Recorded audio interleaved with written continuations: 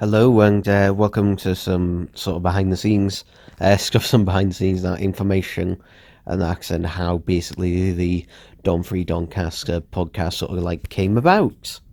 So basically, I'm going to sort of tell it as a sort of story on how each thing came into fruition, and then how the initial concepts and that came up. So I always did want to do an original series at some point. In fact, I've had various, ideas over the years on, what I could do as an original series. Unfortunately, a lot of the time it came down to basically, not having any budget at all, or, not having any cast members and that or anything like that, or something. Basically, most of the time it not being feasible or realistic for me to actually do. But the first ideas for the Donfrey Doncaster podcast sort of emerged in my head. Oddly enough, it was back in August of 2018, because you might be listening to this at a later date, so I can't say this year. But yeah, back in August 2018, I went to Blackpool Pleasure Beach, had a great time there, and while I was walking back to my hotel with my brother, I was just thinking of ideas, and then suddenly, some reason, the Donfrey sort of appeared in my head. And it's just like one of those things. It's just like it suddenly appears in your head. There's no real thinking about it. It's like the character of Donfrey is like, oh, because stuff that sort of inspired me for this was stuff like Gorillas, and also stuff like BoJack Horseman. I wanted to do something a lot more personal to my life, something that was more personal to me. And obviously the initial ideas and that's what it ended up being was a bit different. Initially, it was going to be Donfrey, basically, Donfrey having the abilities and that to mimic and act any artists or vocals he chose, and that as long as he could hear them, which ended up going into the final product. But the difference was in basically the way things were set up. Basically, originally it was going to be like Donfrey's day-to-day life, but on Earth. Basically, it was not going to be sci-fi, and that was just going to be on Earth, and it was just going to be him, basically, dealing with his fame and that, and his later declining fame, and his relationship and that with his friends and that, which did, kind of continue in that, but there was no sci-fi stuff or anything like that. And it was going to be a stop-motion animated series. However, this idea quickly went away because basically I realised I do not have, a full cast. I don't have the full resource in that, and doing the animation would take years. So it was just something that wasn't really feasible. So what ended up happening, obviously, I kept thinking of other ideas, and I thought, well, I could do it, as an audiobook or an audio drama, and then I thought, well, people, aren't because the thing is, I wanted to get out to as many people as possible to hit a broader audience as I could, and I thought an audiobook, pretty much, not that many people generally, at least in my age demographic, listen to audiobooks really. So I decided that what's a genre that's really popular, and I thought, oh, podcasts. So that's when the sort of fictional podcast idea. So the character could still, talk about Donfrey could still talk about, his adventures and everything he did, but would be obviously in a first person, and he would just be recalling the events. So I quite liked that idea, and it was an idea that obviously I rolled with. And the reason I decided to make it sci-fi and have it set mostly within space is basically because, sci-fi is basically more my bread and butter, because with sci-fi, it allows me to be a lot more creative. It allows me to make my own rules up, and basically allows me to do whatever I want with it. Basically, I don't have to basically, set a bunch of rules. I can make my own rules. I can change them. That gives me a lot more freedom. And the first episode was actually written and recorded the day after I had the idea of it, basically, because the following day I went to Liverpool for the day after I'd spent a couple of nights in Blackpool, and basically in my hotel room, which was a Travelodge hotel room, I decided to record the first episode. So the first episode that you can listen to, and that was recorded entirely within a Travelodge hotel room. I literally got my phone out and recorded it on there and then, and all the episodes have been recorded on my phone, including this behind the scenes stuff is being recorded on my phone as well. But it was good, and I think the reason I was so desperate to record it there and then was basically because the idea was still fresh in my head, because I realised to myself, I've had ideas, before about things, but basically, unless I act upon them, almost straight away, basically, I'll keep putting them off. So that's why I had to do it, there and then. I had to, basically, I have the idea, and that I have to basically start it off, otherwise I will not really, I knew to myself I won't be getting anywhere with this. And to be honest, the first episode, in hindsight, I did realise the first episode is most likely my weakest episode out of the series. And to be honest, it makes sense. It was the first one I did. So obviously, the first one I do is obviously going to be the weakest compared to the last one I do. Because obviously, as you go on, you get better and that, you get more practice at it. And the problem with the first episode, obviously, I had to get a lot of exposition out of there. I had to basically set everything up. And I don't think I got into the real groove of how... Thing is, I don't think I got into it. I think by episode 3 or 4, but, well, definitely by episode 5, I'd sort of hit the groove, and, I finally got into the rhythm of basically what I wanted the series to be. But the first couple of episodes, or maybe the first 3 episodes, was, a lot of experimenting. The series was going to go, I was thinking of, where's the series going to go, where can it go? But something that was decided fairly early on was that the series, rather than being more about the adventures themselves, it was going to be more of a character study on Donfrey himself. Because basically, since, he's retelling these, he can speak about how he was feeling and that at the time, and what he thinks about things, basically. And I realised this is a great opportunity to go through various mental healths. So, for example, I took the main sort of arc for the series was Donfrey's anger issues.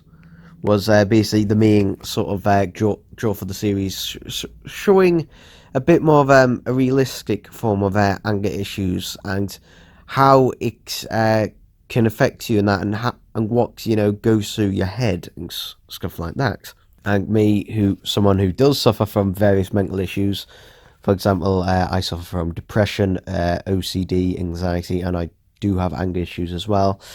I wanted to use my experiences and that, and put them into that, to basically a way of discussing how it can affect you, because stuff like that never affects people in the same way, but it's also one of those sort of things that doesn't really get discussed enough or taken seriously enough. So that was definitely something I wanted to put in there. I also, to make the series a lot more character driven and precise, I limited the amount of characters for it. In initial ideas and that, there was going to be more characters, originally, I was thinking maybe there'll be 4 band makes, but then obviously I willed it down to 3, so that there could be a bit of a tighter focus on characters, and so obviously that led to the creation of Tom and Billy. Now, initially, Billy was going to be the second main character, and Tom was going to be the third. However, I don't know how far into it, but it was probably around episode 3-ish, where I basically, began to swap those two around, where Tom was the second main character and Billy was the third main character, because basically once Billy had started to change inside to become his own person, I decided that there wasn't really many other places that I could go with him, at least not in this context, and so I decided to focus on Tom, because Tom was the most different from Donfrey and Billy. So I basically, wanted to explore him a bit more, and obviously I did. I felt also having him as a second main character, him being, very, very different to Donfrey. I felt that also that gave Donfrey, someone more interesting to play off and communicate with, because obviously Billy, basically originally just bowing down to whatever Donfrey said or what Donfrey did, and that the dynamic between them and that wouldn't be, not nearly as interesting or have any, conflict or disagreement in it compared to what it did with Tom. So that's why basically, those two were switched around. And obviously, I wanted to create maybe at least, one recurring villain. Originally I would decide to have 2 recurring villains. However, I thought for the first series, I don't want too many villains to recur within one series.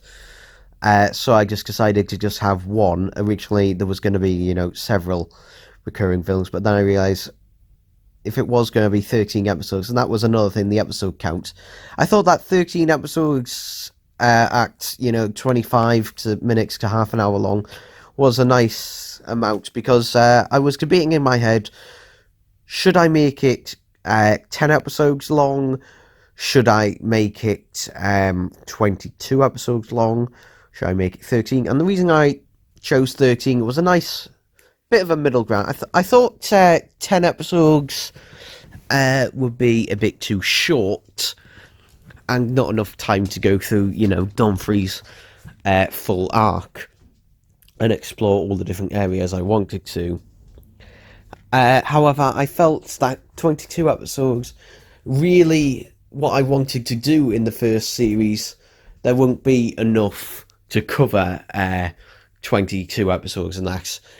So I decided against that. I decided, that. And the reason for the episode lengths as well is so that I could go into more detail about it. Because obviously, if you have a character basically just monologuing the whole time, then you want to be able to go into detail, especially when talking about stuff like mental health and stuff like that, and what the character is thinking. You want to allow a good deal of time to allow that to sort of progress and fruition. So yeah, I decided to obviously introduce Spix McKendry in episode 2, and Spix McKendry, obviously he changed it is from episode 2 than he does in the finale. He is, seemingly different, yet very similar in that in the finale, because obviously early on in that, I wasn't sure what I was going to do with the character and that, so basically I limited his actual scenes with Donfrey, so they would be, not very long and very short, so Donfrey would only have a small idea on what to go off with him. So if I ever decided to, add more to the character, change the character in any way I could, and it won't be, as long as, I didn't go too far, it won't be betraying what came beforehand with the character. So that's how Spix McHenry ended up the way he did. And obviously, my granny was the one who said that basically this sounds far too dark. It seems like all dark and miserable people don't like that. Oh, the thing is, though, a lot of people do like dark and miserable things. There's a load of American TV shows about dark and miserable things. So obviously, it's popular. I mean, one of the shows that inspired me for this was BoJack Horseman, which really I got in touch with a lot. I really enjoyed a lot. So that was something that really connected with me. And so, I did think, but I did decide that maybe I should add, a bit of humour to it. Not a massive amount. I didn't want to turn it into a comedy. The Donfrey Doncaster podcast is, a character study drama rather than a comedy in that. But I did decide, like, even in the first episode, there are a few jokes and that in there. Obviously, there's the recurring jokes that appears a few times is obviously the James Blunt jokes. There's a few of them scattered around the series. Now, for anyone, who's getting mad about this, I absolutely love James Blunt. I think he's a really great artist, and that's. I remember when his first album came out, Back to Bethlehem. I've still got that album on CD. But I absolutely love James Blunt. But I know he likes it when people take the piss out of him. He says it in interviews. He likes it when people take the piss out of him because he sort of weirdly gets off on it a bit, I think. But yeah, that's why I used him and that. But I think the few jokes that are in there, and that are sort of like a bit of a tension reliever to it, because otherwise it is just, dark and depressing, and that nice bit of a relief in there from time to time that I think does really help with it. Helps to, give the listener a bit of a breather and that here and there. Now, I've got to talk about time fracture. And to be honest, that is a whole massive thing on its own, really, time fracture. And it was not originally going to be a 3-parter. It was going to be initially a 2-parter. But the reason Time Fracture became a 3-parter is because basically I didn't realise, but the second part, I got to the end of I was recording the second part, and then I realised, holy shit, there's only, I can only do another 5 minutes, and I then quickly realised I cannot sum up, this entire, where the plot is going, everything I've got down in that for it to happen in that. I cannot sum that up in 5 minutes, so then I decided I'm going to have to add another episode onto this, so I had to add, obviously, more to the plot, more detail, and that to it. So, that's how Time Fracture became longer than it initially was. Part 1 was exactly how I planned it out, but I didn't realise how much I put in a part 2. Part 2 probably would have been around 50 minutes long if I'd not separated it into 3 parts. So that's how that came out. And obviously, I can't really say too much on Time Fracture because, well, to be honest, I can't say too much now because I don't know when I'm going to be releasing this behind the scenes stuff, but so far with it, it's basically Time Fracture is going to play a lot into Series 2. basically a few plot points and acts up set up in Time Fracture that will play on later on in the series. And Time Fracture, I think, is probably probably my best out of the series. That and the finale are probably the best I've done out of season one. I think I do better with multi-part stories because it allows me to go into a lot more detail in that, and generally for the multi-part stories like that I generally have a better idea and that of where I want to go, because obviously since it's multi-part stories I have to plan out a lot more and give a lot more detail in it. But Time Fracture, the initial idea of Time Fracture was a lot simpler than what ended up happening. Initially, Time Fracture was always going to be where Donfrey meets his younger self, basically, and it's kind of a sort of an audience sort of question. The younger 16-year-old Donfrey, who obviously hasn't become half Scarborough yet, obviously is asking a lot of questions that the audience is asking, and then it was a nice little bantery thing. That's basically one of the reasons why I decided to do it, is because basically for the audience to have an outsider's view on this, because obviously since Donfrey by this point has already had fame and he's very much recognised, at least on Earth and in space, and that he doesn't appear anything particularly out of the ordinary. It was nice to have a character who was genuinely surprised and shocked by his appearance, and that character obviously just so happened to be himself. It was also a way to sort of give glimpses on how sort of people feel at age 16, where they you think that, oh, you're going to go out and you're going to do all this stuff's going to happen, you plan everything out and everything can go completely different, and that it's also a nice way of showing how as you get older and you grow up, and that even when you're 16 and you feel like you're an adult at that age, you feel like you're nearly an adult, and so you think where your life is going, and this is just like a shock. It's like, no, actually, a lot of things can change in just a short amount of time.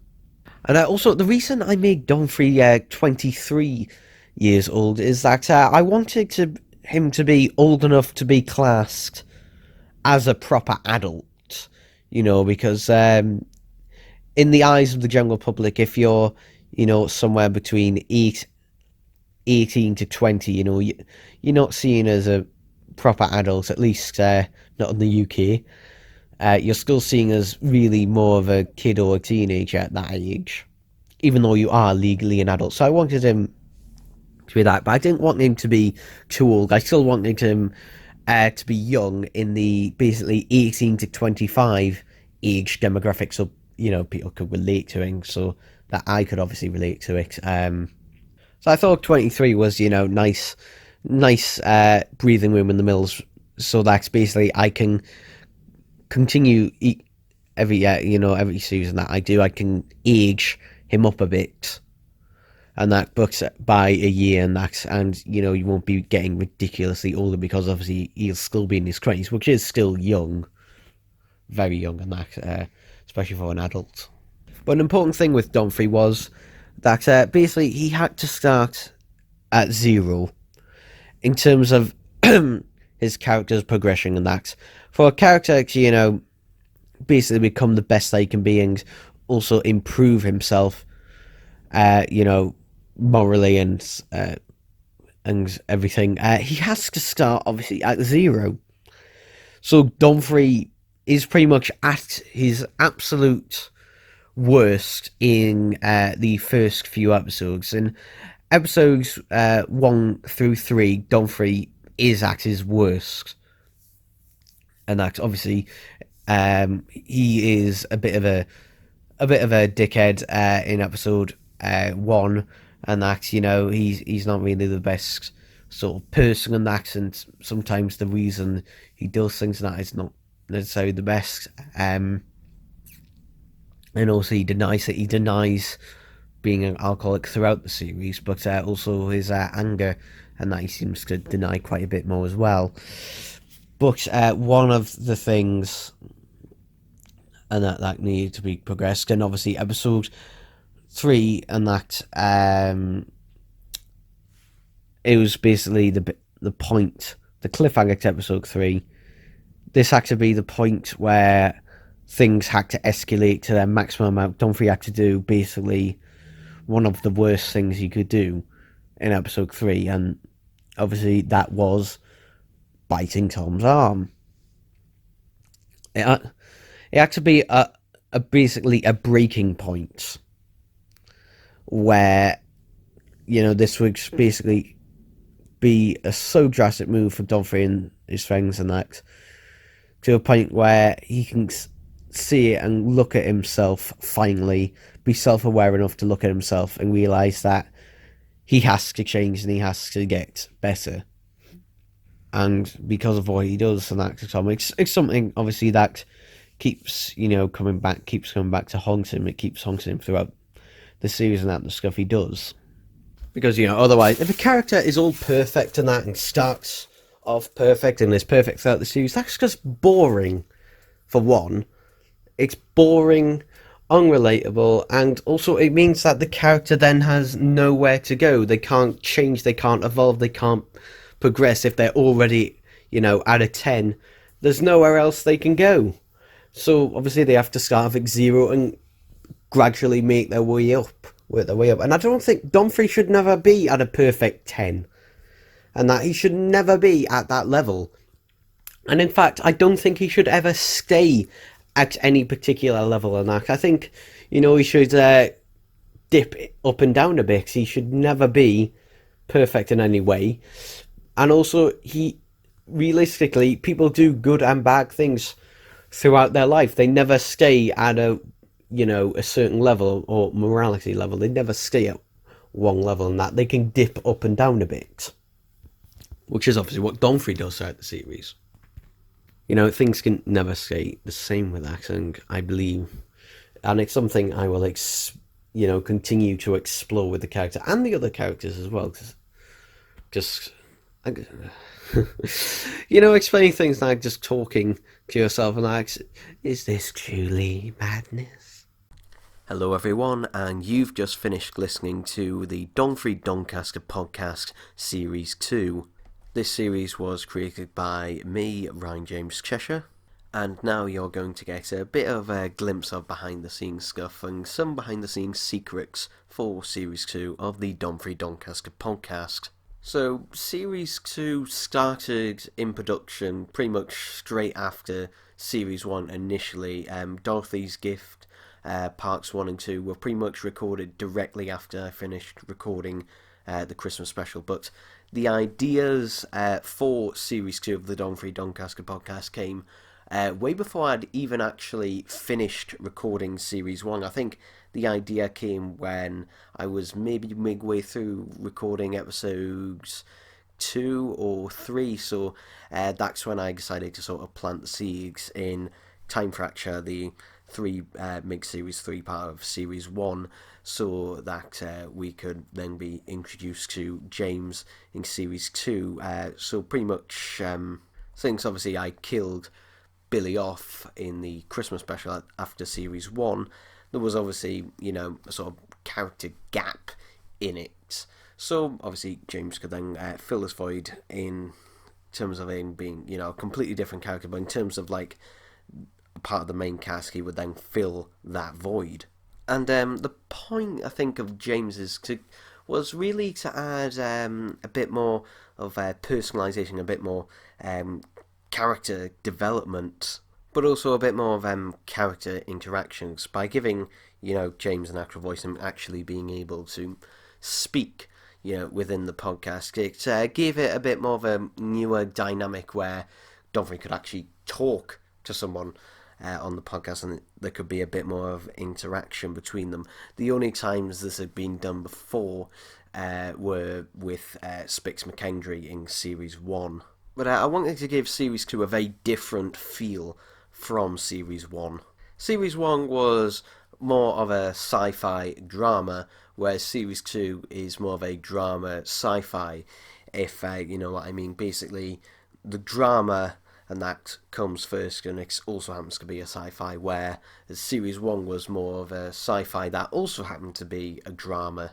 But something I wanted to improve on was during series one, the singular episodes I wasn't particularly happy with because with the way I like to write things, I like to give them like a gradual build up, and within the half an hour time span, I felt basically like I had to, sort of rush everything and wrap everything up really quickly at the end. So for series two, I decided to have not just two parts or even three parts. I had a four-part story this time around, Resurrection of the Scarver, which started out initially as a three-parter, but then I decided to add to it. I also decided that I wasn't gonna 100% keep to my time limit for example. For series one, I made a rule that every episode had to be at minimum 25 minutes and at maximum half an hour long.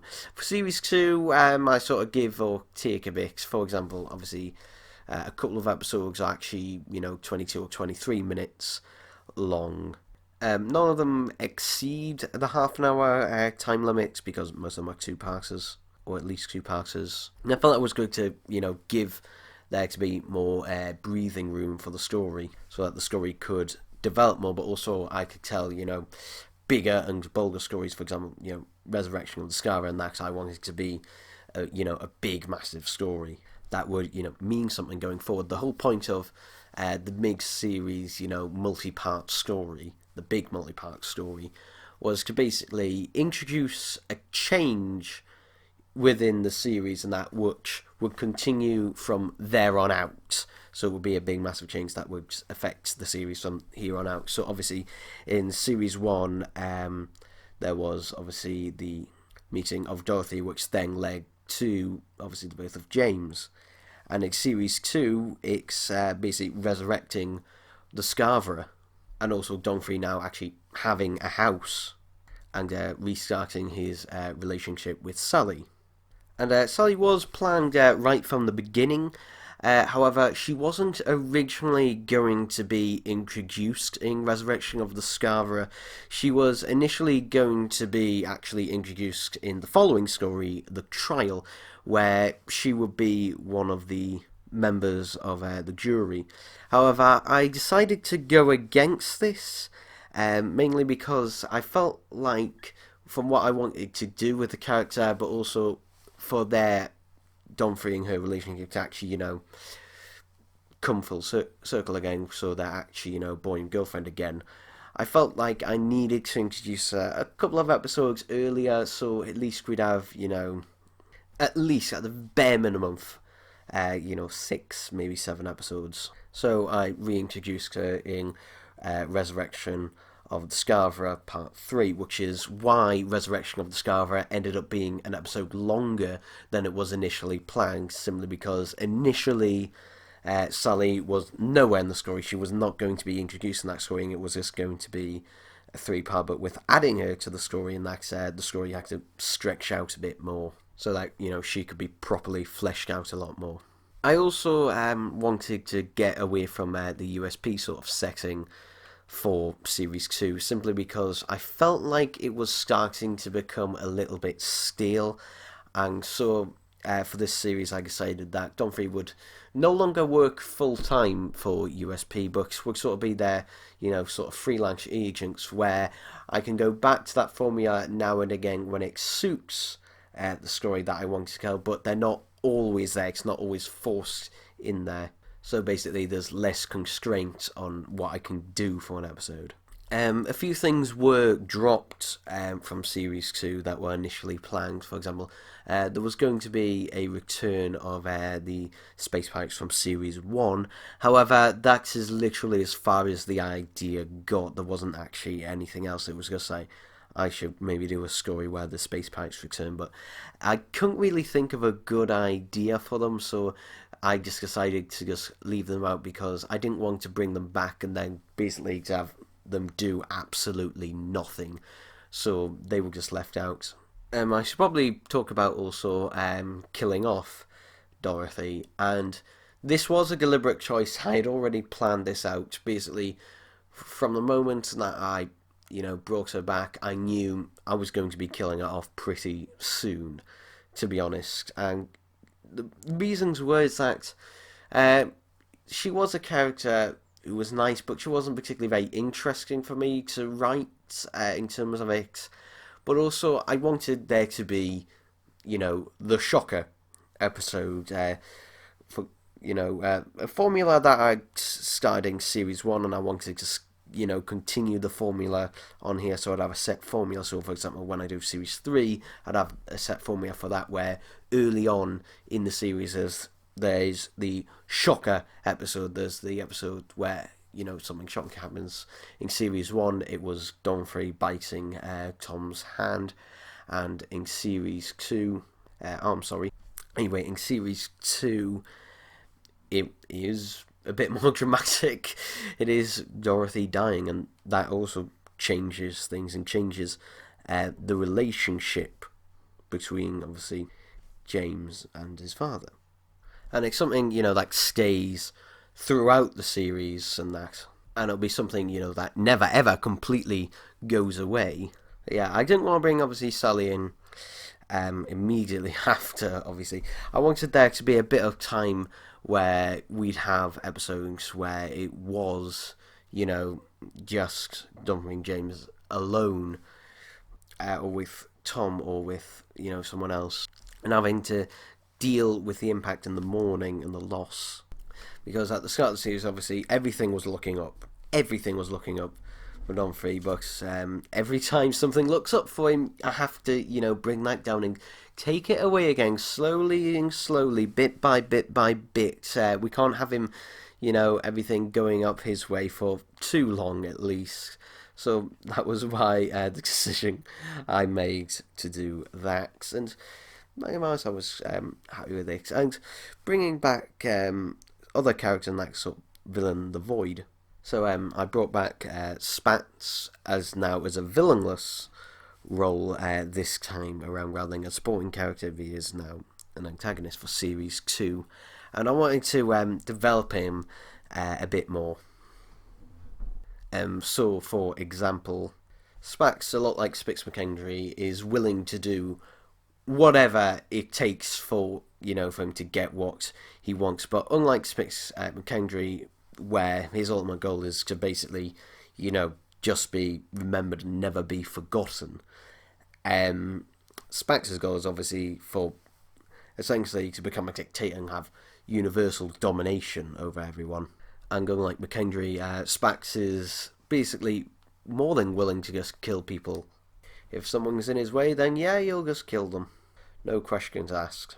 And then obviously later on in the series, we have the return of Spix McKendry, who we haven't seen since the finale of series 1. And I always enjoy writing for Spix McKendry, and one of my favourite scenes that I dig in that for the whole series is where Donfrey and McKendry, have a confrontation and have a talk together. That's one of my favourite things to do in the series, and it was really fun to voice it as well. But this series I also decided to introduce sort of the mystery around Marvis, which is a character we still know, well, at least yous still know very, very little about. So I wanted, to add a bit more, give little hints and little trinkets and acts of who Marvis could possibly be, and reveal, a little bit more about him in a few drips and drabs. So, for example, in this series, I revealed that he can time travel and teleport. So that explains, how he was basically able to save Donfrey and Tom at the Christmas special, and how he's able to just appear and, disappear at will.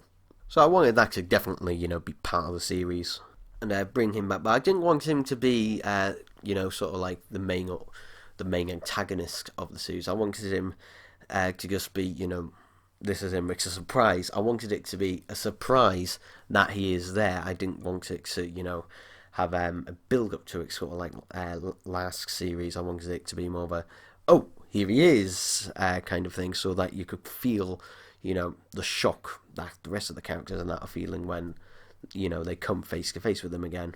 But in terms of changes in that, the trial and the assassin kind of flip flopped a bit, to be honest, because their stories and that were actually different at times and similar.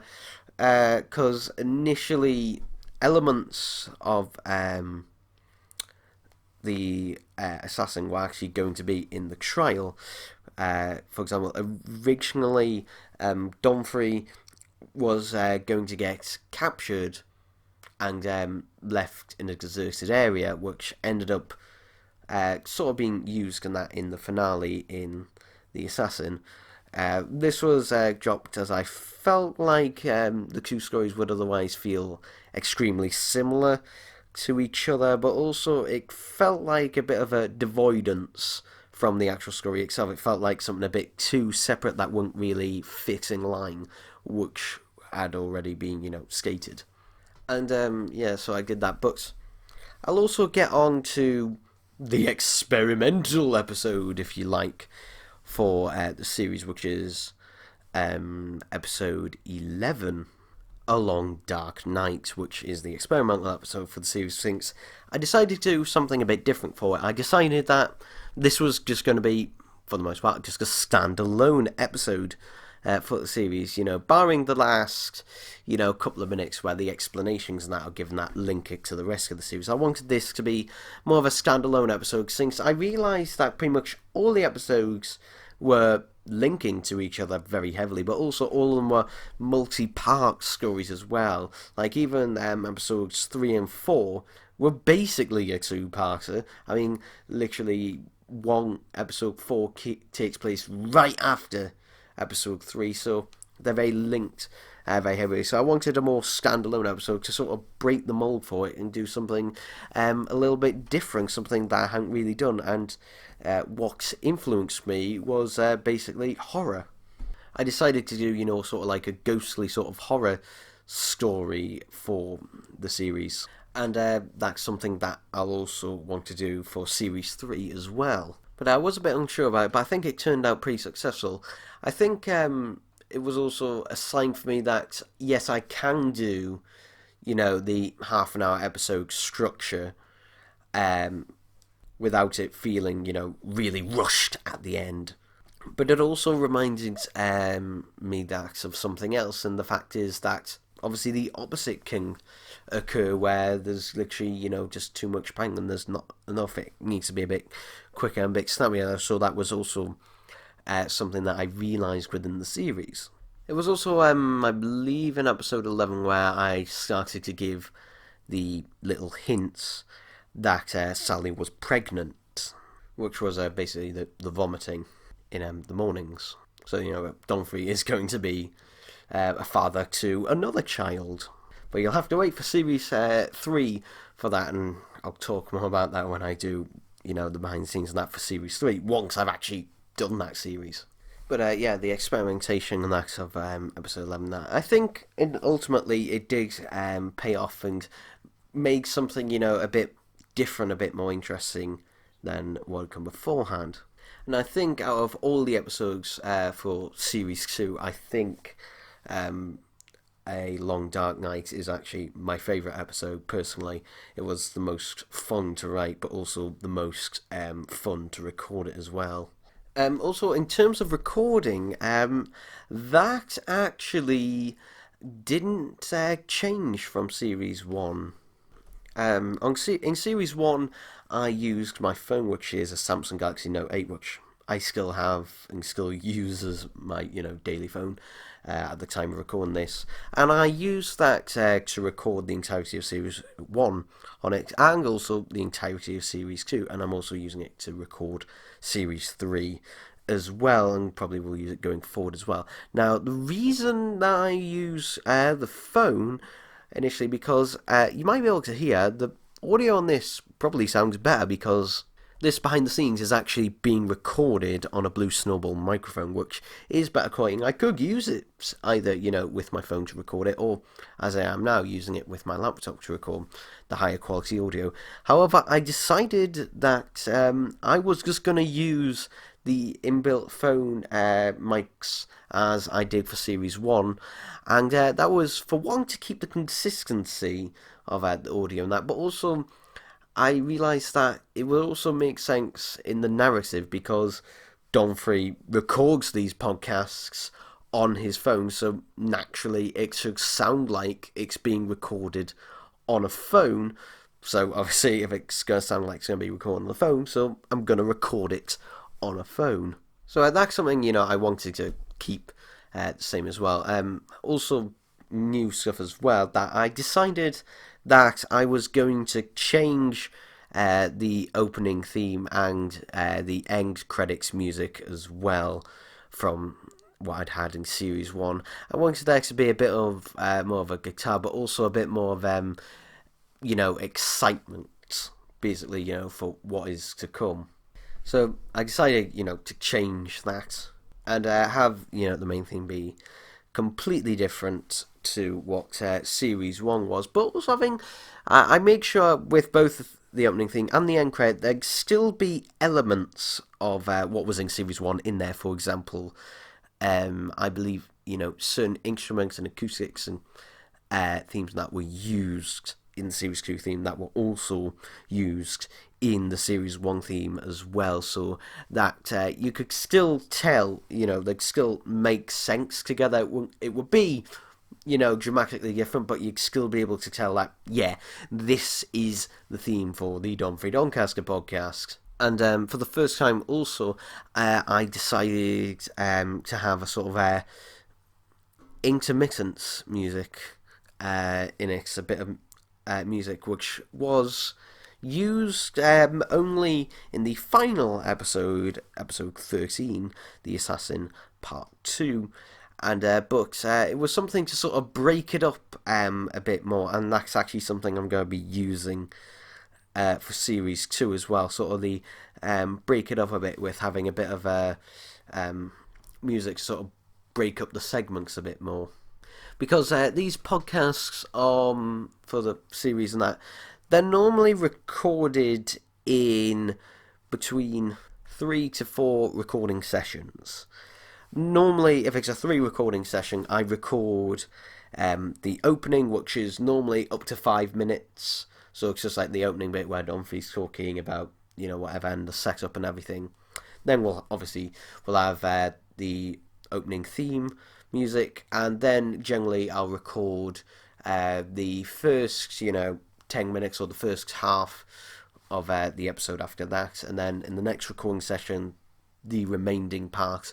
Sometimes this can change a bit, it just depends how I feel and how much I want to record at once, because sometimes I don't want to record too much at once, otherwise that can be a bit exhausting for me to literally record for half an hour and that at the time, and that's breaking it up into sessions, and they're normal, and they're recorded usually Series 2. After the first couple of episodes were fully recorded, there was actually a massive break where basically I left months in between actually recording it. I actually recorded the first 2 episodes during 2018, but the rest of the series was recorded in January/February of 2019, where literally I was just recording like every other night, a section of each episode. And there was the worry initially that I wasn't going to make the deadline. I set myself deadlines for when I want the series to go out and be completed. This basically, gives me the motivation, but also the push and that to, get these episodes done. Otherwise, I could just leave them back and just, I kind of just push it back and back. But so giving myself a deadline, that, and what I did as well for Series 1, if I give myself a deadline, it gives me the push, to record and complete the episodes by this point. So for Series 2, it was the end of February, and I decided to keep the time slot on a Saturday afternoon, as I had done for Series 1. But there was the worry at one point that I might not meet the deadline. But I did and actually I managed to record the entire series actually before, actually several weeks before the first episode was even released. So, that worry quickly got passed up on. There was also the thing of releasing it so soon after Series 1. Basically, there's only literally a couple of months gap or thereabouts between the end of Series 1 and the Christmas special and the beginning of Series 2. And the reason for that is because they're uploaded to YouTube, basically, but also to keep people invested in it, because basically if you have a really long gap in between series, then people, tend to lose interest, even more so on YouTube. So the reason Series 2 and that went out, really soon after Series 1 is basically because we keep people interested and invested in the series, and so that there'd be content to fill within it. Which is also why Series 3, rather than waiting until next year to release it, Series 3 will come out in quarter 3 of 2019, so that I could also keep people invested, and so that there'll be more episodes and that throughout the series. And also, at the end of Series 3, I also set up more things that would happen in Series 3. And obviously you've got the obvious one, Donfrey's new child, but there's also other ones, and I'm not going to tell you about them because you're going to have to wait for Series 3 to come out, or maybe you've already heard it, and maybe it's already out, and maybe Wax Series, God knows whatever, by the time you're listening to this, who knows. But something I also decided to do after Series 3 was released was also to put it onto cassette. I put it onto cassettes. They were 90-minute Maxwell cassettes, and basically what I'd have to do with Series 1 is basically split the middle episode out of the 3 that would go on to 1 and split it in half, so that there'd be a halfway point between the episodes on the volumes. And for Series 2, I considered getting hour-long tapes, though they were actually more expensive than the 90-minute ones, and also that would mean there'd be more tapes, so it'd be more expensive overall to put them on. So I later decided against this. I did make a couple of prototypes where they were the hour-long tapes, where there would just be 2 episodes per tape, but there'd obviously be more tapes. I decided not to do that for the most part. Also, with a couple of the episodes, when I am putting Series 2 onto tape, I haven't actually fully put it onto tape at the time of recording this onto cassettes. I had to find a way of making the episodes fully fit, because some of them go a little bit over the time. So on a couple of the episodes, what I decided to do was shorten the opening theme and shorten the end credits music in order to make them fit on the tape, with maintaining the rest of the episode, obviously. Just, to cut down those few seconds where it was just going over so that they fit onto the tape. Also, initially, I considered possibly releasing this on DVD audio, but I later decided against it, and I quite like cassettes as well. There's something that I've always, liked about them. I should probably also talk about the artwork for Series 2. Now, the artwork for Series 1, the Donfrey artwork itself, of Donfrey, the drawing of Donfrey, was done by one of my friends, Caitlin Redmond, and unfortunately, she's at university, at least she is at the time of recording this, and she was unable to do the artwork for Series 2, since she was basically busy with university work, and it's also the reason why she won't be able to do the artwork for Series 3 as well. So basically, it was a bit of a, what am I going to do? So I decided to do a little bit of photoshopping, and since obviously it is in the episode that James looks pretty much identical to his dad, I basically took Donfrey's head and cut in half, left one side perfectly fine, but just enlarged it, and shrunk the other side, but changed the eye colour, because obviously James's eyes are blue, so the eye colour would be blue. And also the rest of it remained pretty much the same, with the same sort of checkered colour palette. And the reason that is, it's meant to sort of represent sort of Donfrey's shirts throughout the series, of all things. That's where that sort of checkerboard comes from. So this time it's representing his red and black checkered shirt. And series 1 was a blue and black checkered shirt. Though the artwork actually doesn't match that, so. And on the cassette artwork for series 1 was basically the same as the CD artwork, the one that's on YouTube, except just the box is flipped on its side. Series 2 had to be a bit different, had to be, AXICS a bit more, so the artwork on it was slightly different for that. But otherwise, everything else is exactly the same for it. But anyway, that's basically, most of the information for Series 2. I hope you enjoyed it. I certainly enjoyed making it. And I hope you will stick with the series for when Series 3 inevitably arrives. So I would like to thank you again for listening to Series 2 of the Donfrey Doncaster podcast. Hello and welcome to the behind the scenes for Series 3 of the Donfrey Doncaster podcast. So, here we are back again, or if this is your first time hearing this, then hello and welcome to the behind the scenes. My name is Ryan James Cheshire. I am the creator of the Donfrey Doncaster podcast, as well as voicing Donfrey himself. So yeah, Series 3 happened pretty quickly, to be honest. So Series 3 began recording Series 3 the day after finishing recording Series 2, and that was mainly because I already had all of at least the initial ideas for at least, I think I had up to about episode 4. So I basically just wanted to get into it because I was sort of in the mood for recording them, so I just wanted to get into it straight away.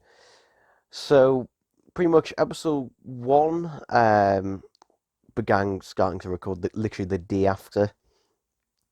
And a similar thing happened for the first sort of, I think episodes 1 and 3 were pretty much all just recorded immediately back to back from each other, so that didn't take particularly long. And then episode 4, happened and things sort of changed. The initial ideas that I had for Series 3, bearing in mind these were when I was coming up with ideas when I was still working on Series 1 at the time. The initial plans for Series 3 was to have conflict between Donfrey and James, in James finally starting to run his sort of own fashion line, and him and Donfrey having a bit of conflict on what he is doing and how he is running things, and the disrespect from James to his father. But I decided that wasn't really very interesting, and to be honest, I think it had been dialed on quite a lot during Series 2, since that was the main focus. So to be honest, I wanted to change the focus and focus on something different for Series 2 and Series 3, and things sort of changed as things went on. It didn't all stay the same. Things actually did change as the series went on.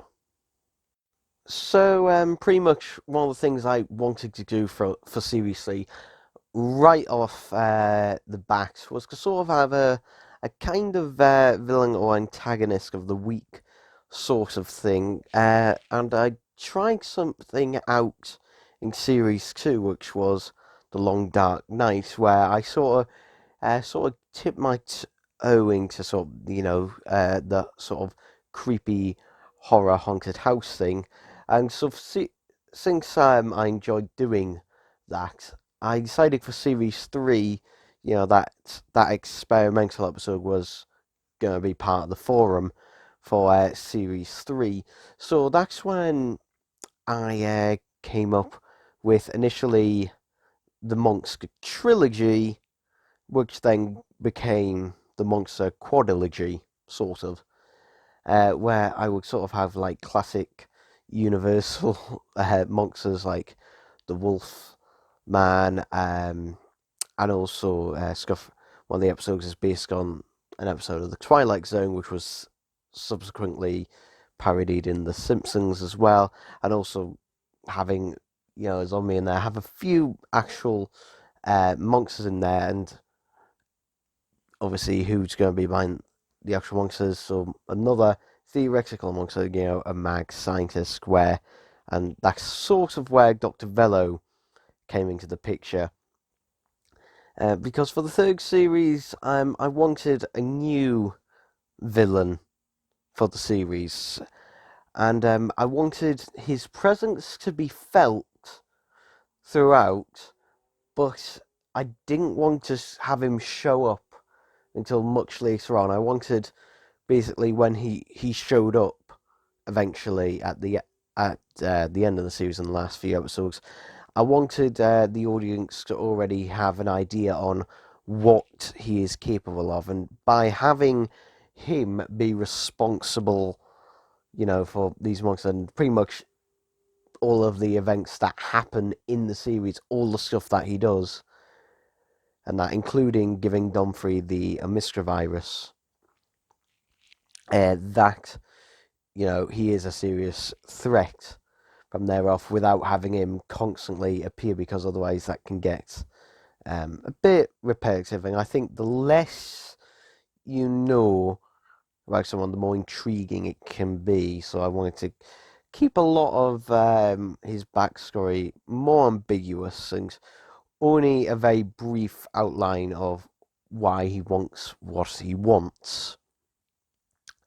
The Amiska virus was always a part of this series, even in the early drafts of it, when I was playing it out during recording series 1, is that I knew at some point, at either series 3 or at series 4, one of the two, Donfrey was going to get a seemingly incurable virus, and throughout the series, he will be dying, getting weaker and weaker with each episode. And that was to sort of push him, to go out into space again. Because pretty much after series 2 and that, there was not really, I couldn't really think of a reason why Donfrey, would really go out and have adventures in space and that again after, having a family and just pretty much being pretty comfortable with his life the way it is. So it didn't really, I needed to think of a reason. What reason would he go off into space, and what reason would, he not bring his kids with him? And obviously, that's where the sort of Amiska virus came out. I also wanted to expand a bit more on Donfrey's past, and introducing Donfrey's brother into the series was a way of doing that, and also his parents as well, in terms of what the falling out between him and his parents caused. I didn't want to give his full life story, but I like giving little trinkets here and there, adding bit after bit into it. This series also, I decided to serialize things a lot more with this one. Whereas in previous series they were pretty much serialized, but this one pretty much, well, every episode takes place immediately after the predecessor. So that is why there was only 2 multi-part stories during the series, since for the most part, each story sort of follows on from the rest. So there's only certain circumstances where it's just like, yeah, this is all one thing at the time. So it meant there was less multi-part stories this time around, but also it helped me to think of, right, I've got, half an hour in which to tell a story to do, a single episode, but obviously ties in with everything else. So just like, well, what can I do? And here's what I can do in that time frame. So obviously that's where sort of like the Monster trilogy, which became a sort of quadrilogy, came into it as well. And to be honest, there was a lot of things in the series, particularly during the last hurdle, where I was wondering to myself, should I consider having more episodes in the series, extending it to, see, I don't know, 16 episodes or 20 episodes? Because basically it was just adding more, and I was adding more characters. One of the things, obviously, was at the start of the series getting rid of Sally. And that was, again, something that was always planned, and it kind of, because of that, brings Tom back into the spotlight, into the main cast, for at least a few episodes. But every time Tom comes back into the center, into the limelight, pretty much he's always cast away, pretty much almost immediately afterwards, which is unfortunate for him, but that is unfortunately, just the way things are. Originally, ER was going to play a much bigger part in the series. However, I decided to sort of backtrack on that quite a bit because I realised that they weren't really the most interesting sort of villain or threat. Well, they're more of a cult, sort of, really. And to be honest, it's a lot easier to focus on a singular, villain for the series as well. It gives better focus. But I'll be honest, I didn't think they were never a big enough threat either as well for the big threat. So for Dr. Vell to sort of be behind all of this, as well as in my head, made a lot more sense, at least in the long run. And I can't believe I've actually gone this far without bringing up the elephant in the room, which is probably some of you have got questions about the 4-part finale, Alternate Reality. Now, this one is definitely, particularly episode 11, is probably the weirdest thing I have ever written and recorded in my entire life. Probably, especially the fact that I acted it out as well. It was hard for me. It was hard for me to keep a straight face during it, but also, so I had to just keep stopping myself. But yeah, alternate reality.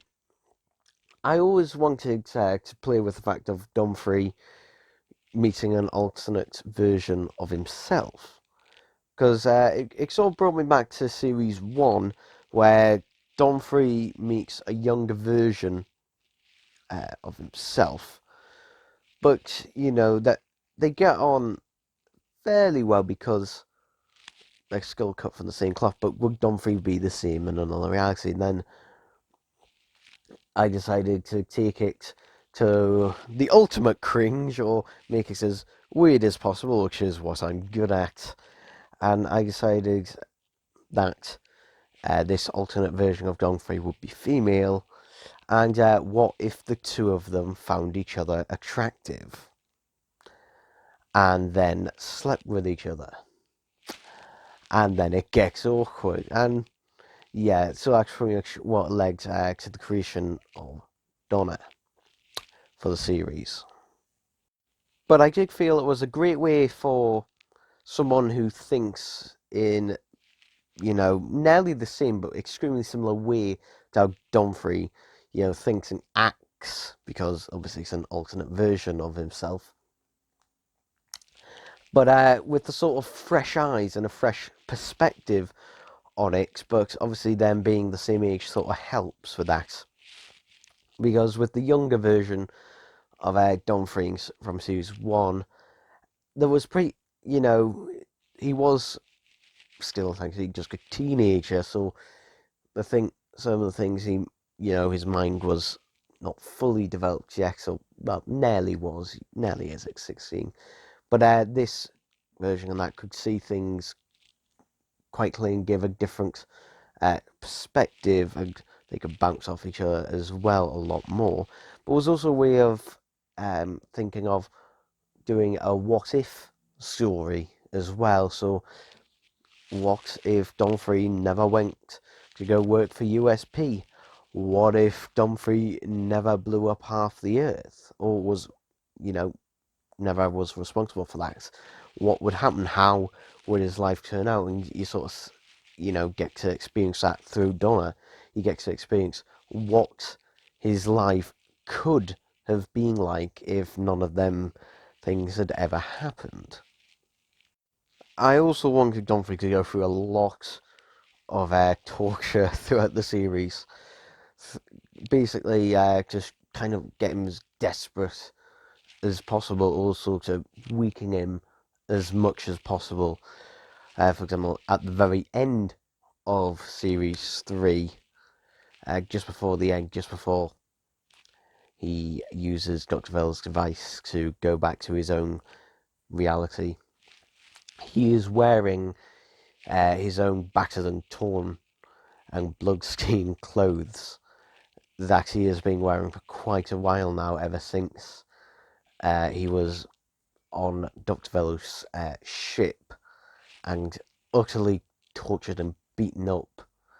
And it just sort of shows as a sort of way of what he is being through, this character's being through. But then there's obviously the cliffhanger of Series 3.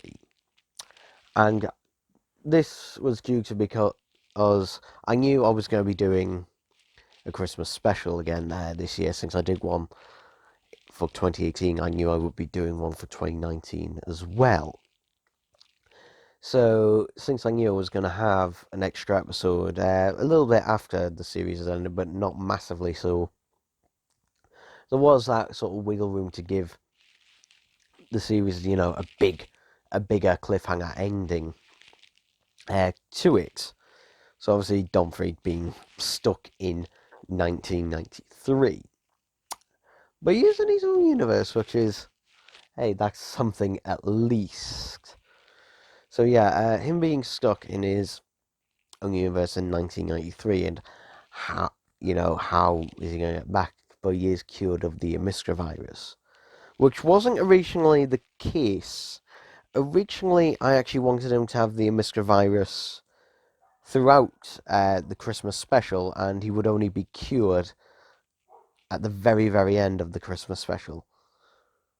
But as I was drawing up plans of that for the Christmas special, I kept realizing, how is he going to get the cure?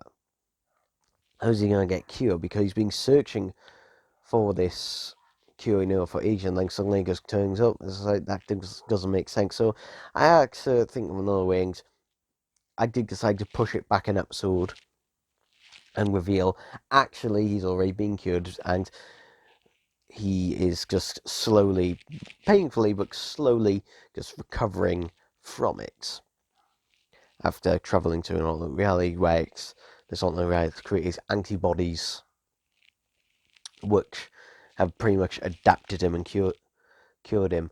And that was also part of the reasoning for his changing eye colour from going from a orange, a deep orange, to now a red as well. Because I don't know, I just wanted Donfrey's eyes to become red, to be honest. In fact, when thinking up the character of Donfrey, those three eye colours I was thinking of was either thinking of sort of a yellow colour, or a deep orange, or a red, and I chose the deep orange because I thought, well, it's right in the middle, but I decided, I want it to become red, so that is why I needed to come up with a reason in order for that. But yeah, the Christmas special itself, I didn't want it to be, all happy and that, like most Christmas specials are, or at least normally are, for upbeat snacks. I wanted it to obviously my perfect kind of Christmas special is be as dark and depressing as possible. Perfect Christmas material, but I didn't want to go as far, well, nowhere near as far, or, as dark and depressing as I did for the 2018 Christmas special. And the main reasons for that is, one, I thought it's just going to be repetitive, it'll be the same stuff all over again. And the second reason is that, do something different, to be honest. Do something different, but just my number one priority was just make it enjoyable.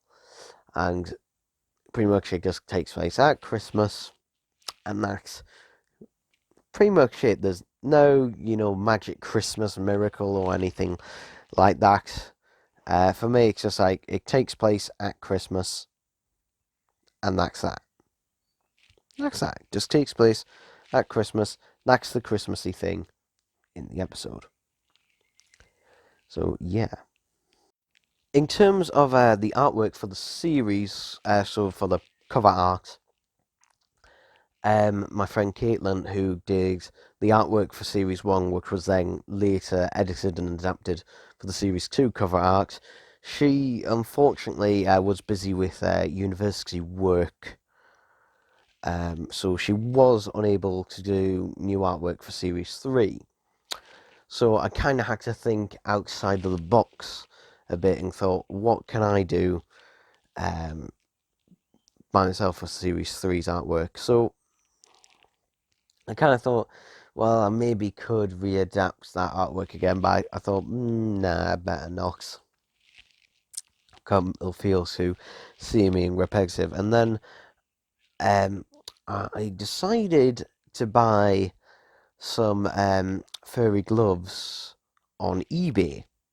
Some yellow furry gloves.